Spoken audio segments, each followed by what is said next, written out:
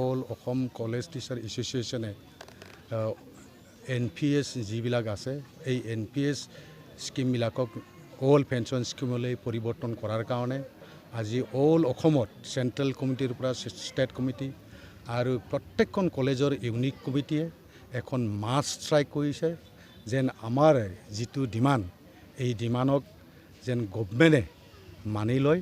এইটোৰ কাৰণে আমি আজি 7 ঘণ্টীয়া মাছ ষ্ট্ৰাইক কৰিছোঁ।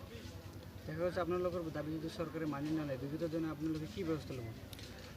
যদি চৰকাৰে এইখিনি যদি মানি নলয় আমি ভৱিষ্যতলৈ ঠিক তেনেকুৱাই মাছ ষ্ট্ৰাইকৰ পৰা আদি কৰি পেন ডাউন এইখিনি কৰি যাম। আমি আশা কৰিছোঁ চৰকাৰে মানি ল'ব, যিহেতু অল ইণ্ডিয়াৰ ভিতৰত অলৰেডি 3খনমান ষ্টেটে অলৰেডি এই স্কিমৰ অল পেঞ্চন স্কিমলৈ নিউ পেঞ্চনৰ স্কিমৰ পৰা অল পেঞ্চন স্কিমলৈ অলৰেডি প্ৰৱৰ্তন কৰিছে। আমি আশা কৰিছোঁ আমাৰ গভৰ্ণমেণ্টক এইখিনি আমাৰ ন্যায্য দাবী মানি ল'ব বুলি আমি আশা কৰিছোঁ।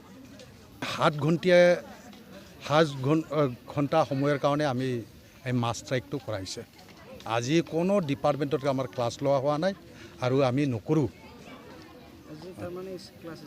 নাই, ক্লাছ কমপ্লিটলি কোনো টিচাৰে ক্লাছ কৰা নাই আজি।